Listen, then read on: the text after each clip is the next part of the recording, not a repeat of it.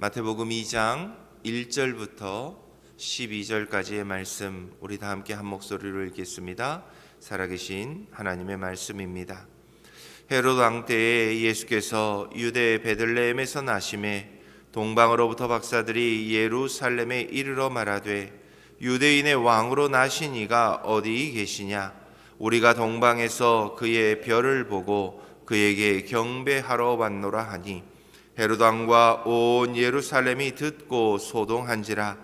왕이 모든 대제사장과 백성의 서기관들을 모아 그리스도가 어디에 나겠느냐 물으니 이르되 유대 베들레헴이오니 이는 선지자로 이렇게 기록된 바 또 유대 땅 베들레헴아 너는 유대 고을 중에서 가장 작지 아니하도다. 내게서 한 다스리는 자가 나와서 내 백성 이스라엘의 목자가 되리라 하였음이니이다. 이에 헤롯이 가만히 박사들을 불러 별이 나타난 때를 자세히 묻고 베들레헴으로 보내며 이르되 가서 아기에 대하여 자세히 알아보고 찾거든 내게 고하여 나도 가서 그에게 경배하게 하라. 박사들이 왕의 말을 듣고 갈새 동방에서 보던 그 별이 문득 앞서 인도하여 가다가 아기 있는 곳 위에 머물러서 있는지라. 그들이 별을 보고 매우 크게 기뻐하더라. 집에 들어가 아기와 그의 어머니 마리아가 함께 있는 것을 보고 엎드려 아기께 경배하고 보배합을 열어 황금과 유향과 모략을 예물로 드리니라. 그들은 꿈에 헤롯에게로 돌아가지 말라 지시하심을 받아 다른 길로 고국에 돌아가니라. 아멘. 사람들의 마음 속에는 누구나 왕을 향한 갈망이 있습니다. 자신을 지켜주는 존재, 자신을 책임져 주는 권력, 내 삶을 안정적으로 유지해 줄 수 있는 힘. 우리들은 어찌 보면 본능적으로 누군가의 다스림 안에서 안심하며 살아가고 싶어 합니다. 고대 이스라엘 백성들도 그러했습니다. 그들은 눈에 보이지 않는 하나님보다 눈에 보이는 왕을 원했습니다. 사무엘상 8장을 보면 그들은 이렇게 외칩니다. 우리에게 왕을 주어 우리를 다스리게 하소서. 그들의 바람은 아주 단순했습니다. 다른 나라들처럼 우리도 강한 왕 아래서 편안하게 살았으면 좋겠습니다. 그러나 문제는 그들이 원했던 왕은 하나님의 뜻을 세우는 왕이 아니라 자신들의 욕망을 충족시켜주는 왕이었다는 데 있었습니다. 사람은 언제나 보이는 힘에 끌리게 되어 있습니다. 그들은 하나님이 아닌 인간의 왕을 통해 안전을 찾고 누리고자 했습니다. 그것이 결국 그들이 파멸로 가는 첫 걸음이었습니다. 오늘 우리가 사는 시대도 크게 다르지 않습니다. 우리들 모두 스스로에게 한번 물어보십시오. 내 인생을 안전하게 지켜주는 왕을 우리는 누구라고 생각하고 있는지요? 대부분의 사람들은 하나님이 아닌 내 뜻을 이루어주는 왕, 내 욕망을 성취시켜주는 왕을 원합니다. 마태복음 2장은 바로 이 주제, 왕의 진짜 자리는 누구에게 있는가를 우리에게 말해주고 있습니다. 예수님께서 이 세상에 태어나셨을 때 세상은 세 부류의 사람들을 통해 서로 다른 반응을 보였다고 기록합니다. 먼 길을 마다하지 않고 왕을 찾아와 경배하는 동방의 박사들, 말씀을 알고도 한 걸음도 움직이지 않던 종교 지도자들, 그리고 왕이 태어났다는 소식에 두려움 가운데 자신만을 지키려고 했던 왕을 통해서 우리에게 이 세 부류의 사람들이 어떻게 왕을 대하는지를 소개합니다. 예수의 이 땅에 오심은 단순한 한 아기의 출생이 아니었습니다. 예수께서 오신다는 것은 세상의 왕좌를 움직이는 사건이었습니다. 왕이 바뀌면 질서가 바뀌게 됩니다. 그분이 오셨다는 것은 곧 이제 내 인생의 주권이 바뀐다는 의미입니다. 그래서 우리는 이 시간 이 세 부류의 사람들을 통해서 예수 그리스도가 우리의 왕으로 오실 때 나는 어떤 반응으로 그분 앞에 서야 하는지를 다시 한번 점검해보고 돌아보고 결단하고자 합니다. 본문은 먼저 동방으로부터 박사들이 예루살렘에 이르러라고 하는 본문으로 시작합니다. 헬라어로 이 박사들은 마고이라고 하는 단어를 쓰는데 고대 페르시아 제국의 제사장적 학자 계층을 의미합니다. 이들은 천체를 연구했고 별의 움직임 속에서 신들의 뜻을 찾고자 했습니다. 또 왕의 조언자로 살았던 지혜자 집단이었습니다. 놀라운 사실은 이들이 유대 신앙과는 전혀 관계없는 이방인들이었다는 것입니다. 그들에게는 하나님으로부터 혹은 신으로부터 받았던 율법도 예언도 메시아에 대한 신앙도 없었습니다. 율법 한 줄 모르던 사람들이 하나님의 구속 역사의 첫 장면에 등장합니다. 이것이 바로 하나님이 우리에게 베푸시는 은혜의 신비라고 말할 수 있습니다. 하나님은 교회 안에 있는 사람들만 찾는 분이 아니십니다. 때로는 가장 멀리 있는 사람들, 가장 예상하지 못한 사람에게도 하나님은 은혜의 손길을 먼저 내미십니다. 하나님은 그들의 언어로 그들 세계 속에 다가가셨습니다. 하나님은 별이라고 하는 도구를 사용하셨습니다. 별은 그들에게 학문이자 신앙이었고 세계를 해석하는 열쇠였습니다. 그런데 당시 수많은 이들이 그들처럼 하늘을 보았을 것입니다. 그러나 오직 몇 사람만이 그 빛 속에서 하나님의 뜻을 보았습니다. 이처럼 믿음은 단순히 어떤 것을 보는 능력이 아닙니다. 해석하는 능력입니다. 다시 말해 세상 속에서 하나님의 손길을 영적으로 읽어내는 능력입니다. 그들의 신비로웠던 점은 별을 연구했다는 것이 아닙니다. 그 별을 따라 길을 나섰다는 데 있습니다. 바빌론에서부터 예루살렘까지의 거리는 1200km가 넘습니다. 당시 낙타로 2달 반이 넘는 긴 여정이었습니다. 또 그들이 걸어야 했던 길은 사막이었습니다. 그러나 그들은 거리보다 방향을 선택합니다. 이처럼 믿음의 핵심은 얼마나 가까이 있느냐가 아니라 어디를 바라보고 있느냐입니다. 그들은 말합니다. 우리가 동방에서 그의 별을 보고 그에게 경배하러 왔노라. 이 문장 안엔 신앙의 본질이 들어 있습니다. 그들은 논리 때문에 온 것이 아닙니다. 은혜의 표적을 보고 순종으로 응답하기 위해 예루살렘까지 옵니다. 이처럼 믿음은 계산된 확신이 아닙니다. 하나님 앞에서의 부르심에 대한 결단입니다. 하나님은 지금도 우리 삶의 하늘 속에 별을 두고 계십니다. 그 별은 때로 기쁨으로, 때론 고난으로, 때로는 뜻밖의 사람으로 우리에게 다가올 수 있습니다. 그러나 그 표적 속에서 우리가 해야 할 일은 너무나도 단순합니다. 그 부르심을 따라 걷는 것, 별의 의미를 다 이해해야만 따르는 것이 아니라 하나님의 그 부르심을 믿고 한 걸음 내딛는 용기가 필요합니다. 왜냐하면 믿음은 거리의 문제가 아니라 방향의 문제이기 때문입니다.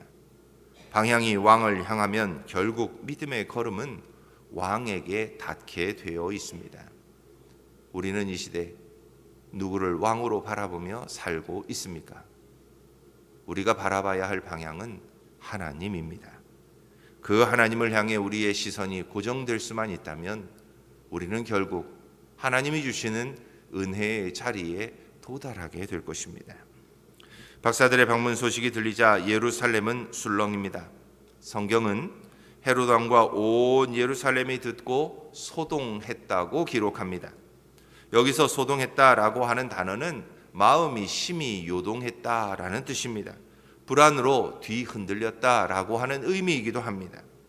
왕이 태어났다는 뉴스가 기쁨이 아니라 두려움과 혼란이 되었다는 사실은 매우 역설적입니다. 왜일까요? 새 왕의 등장은 옛 왕의 폐위를 뜻하기 때문입니다. 예수께서 오시는 것은 단순한 축복이 아니라 그들에게는 왕권의 교체라는 어마어마한 사건이 되기 때문입니다. 그분이 왕이 되시면 헤롯은 더 이상 왕이 될 수 없었기 때문입니다. 불안했던 헤롯은 대제사장들과 서기관들을 불러 묻습니다. 그리스도가 어디에서 나겠느냐? 이들은 매우 정확하게 답합니다. 예언에 따르면 베들레헴입니다. 그들의 지식은 완벽했습니다. 그러나 그들의 발은 결코 움직이지 않았습니다. 예언을 알았지만 아기 예수께 그 누구도 나오지 않았습니다. 예루살렘에서 베들레헴까지의 거리는 불과 10km였습니다. 하루면 충분히 닿을 만한 거리였습니다. 하지만 그들은 가지 않습니다. 그들의 신앙은 머릿속에만 멈춰 서 있는 신앙이었기 때문입니다. 그들이 알고 있는 지식이 순종으로 이어지지 않았기 때문입니다. 지식을 말하는 헬라어에는 두 가지 단어가 있습니다. 하나는 오이다라고 하는 단어입니다. 정보, 사실로서의 지식을 말합니다.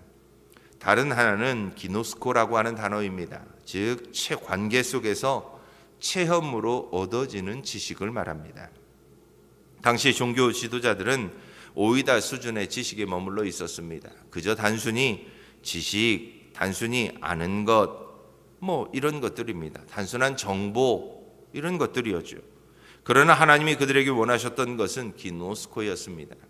하나님과의 인격적 만남 아래서 태어난 지식과 그 지식에 대한 순종이었습니다. 우리는 어떻습니까? 우리는 얼마나 많은 말씀을 알고 있습니까? 성경을 공부하고 교리를 배우고 설교를 들으며 우리는 사실 수많은 정보를 이미 쌓아오고 있습니다. 그러나 그 말씀이 우리의 발걸음을 옮기게 못한다면 우리도 이 예루살렘에 있던 종교 지도자들과 전혀 다를 것이 없습니다. 신앙은 머리로 믿는 것이 아니라 발로 걷는 믿음, 몸으로 순종하는 믿음이기 때문입니다. 하나님은 말씀을 아는 자보다 그 말씀을 따라 순종하는 사람을 찾고 계십니다. 오늘 우리에게 필요한 것은 새로운 정보가 아닙니다. 이미 알고 있는 말씀 한 구절 한 구절 앞에 순종으로 일어서려는 용기가 필요합니다. 왕이 태어났다는 소식 앞에 그 왕을 만나러 가는 순종이 필요합니다. 바리새인들과 사두개인들의 말을 들은 헤롯은 여전히 두려워합니다. 그는 즉시 박사들을 불러 은밀히 묻습니다. 그 별이 언제 나타났느냐? 그는 이제 정치적인 계산을 시작합니다. 그가 의도하는 것이 무엇인지는 너무도 분명합니다. 왕의 탄생을 축하하려는 것이 아닙니다. 왕의 탄생을 위기로 생각했기에 왕을 제거하기로 결심합니다. 역사적으로 헤롯은 로마의 권력으로 임명된 분봉왕이었습니다. 그는 지역 반란을 진압하며 아주 잔혹한 왕으로 소문이 났습니다.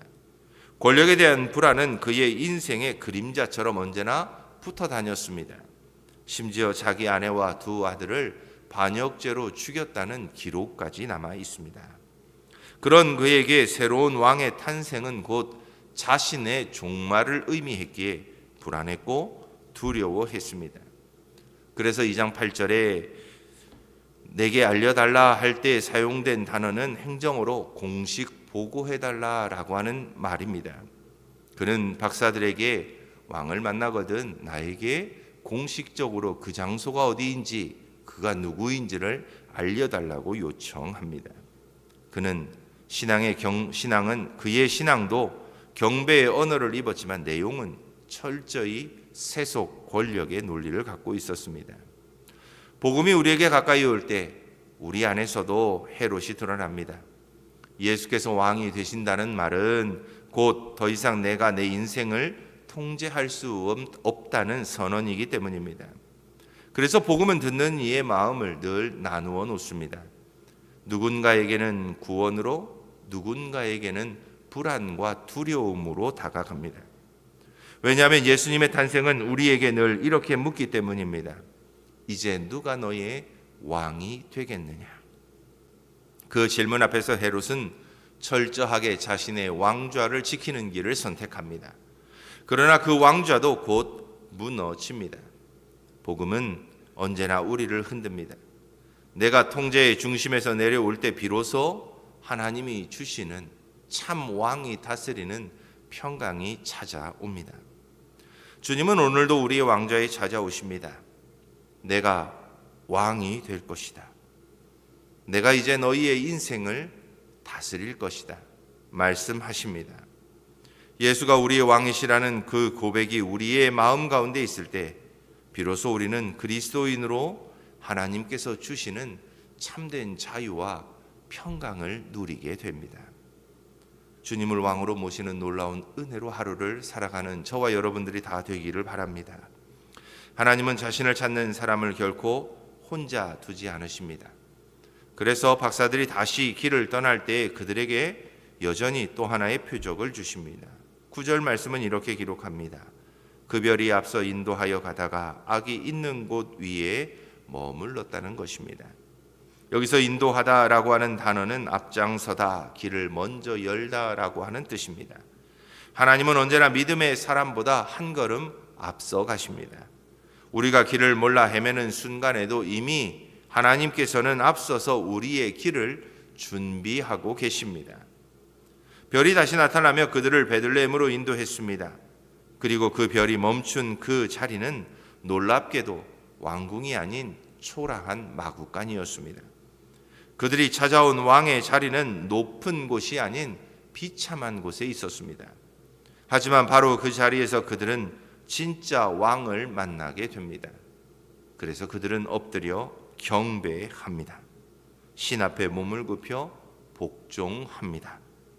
그들의 경배는 감정의 표현이 아니었습니다. 자기의 왕권의 포기, 전적인 복종의 선언이었습니다. 그래서 그들은 왕 앞에 자신들이 지니고 온 가장 귀한 세 가지 예물을 드리게 됩니다. 황금은 왕의 존귀를 상징했습니다. 예수는 단지 구세주가 아닌 통치자이심을 그들은 이 예물로 고백합니다. 유향은 제사에 드리는 향이었습니다. 예수의 신성을 나타냅니다. 하나님은 참 인간이자 참 하나님이셨습니다. 모략은 시신에 바르는 향유입니다. 예수님의 고난과 죽음을 예표했습니다. 예수님의 탄생 자리에는 이미 십자가의 그림자가 드리워져 있었습니다. 세상의 왕들은 죽음을 피하고 다스리려고 하지만 예수께서는 죽음을 통하여 다스리시는 왕이십니다. 박사들이 엎드린 장면은 복음의 핵심을 우리에게 보여줍니다. 세상은 강한 자 앞에 무릎을 꿇게 됩니다. 그러나 믿음은 겉보기엔 약하지만 영원히 참되신 분 앞에 엎드리는 행위입니다. 그들이 본 것은 연약한 아기였습니다.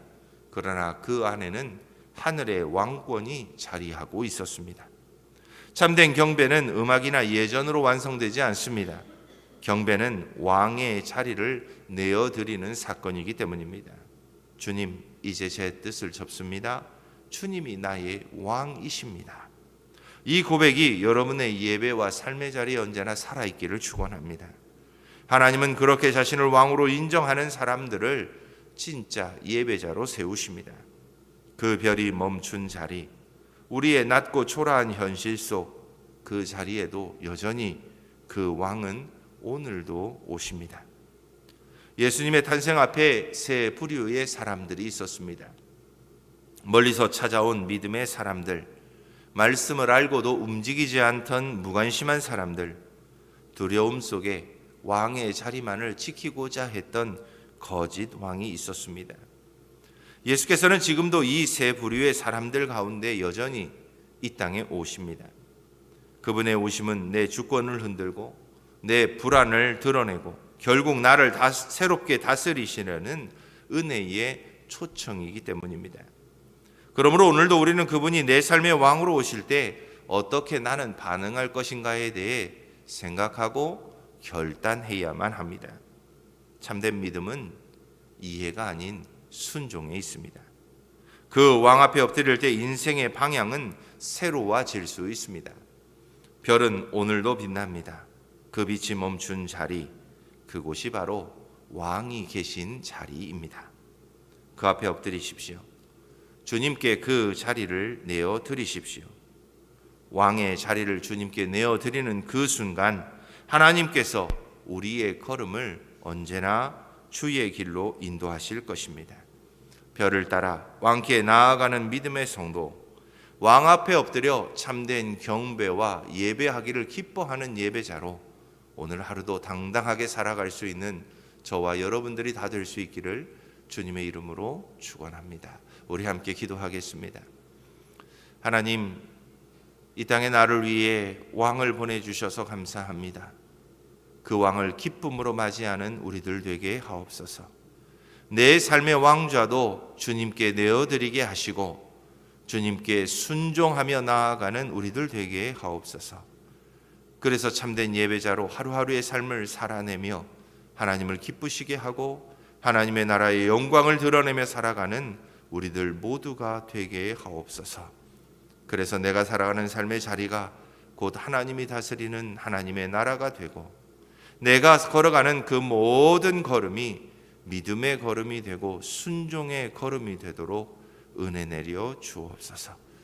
주님을 사랑합니다. 오늘 하루도 동행해 주옵소서. 살아계신 예수님의 이름으로 기도드립니다. 아멘.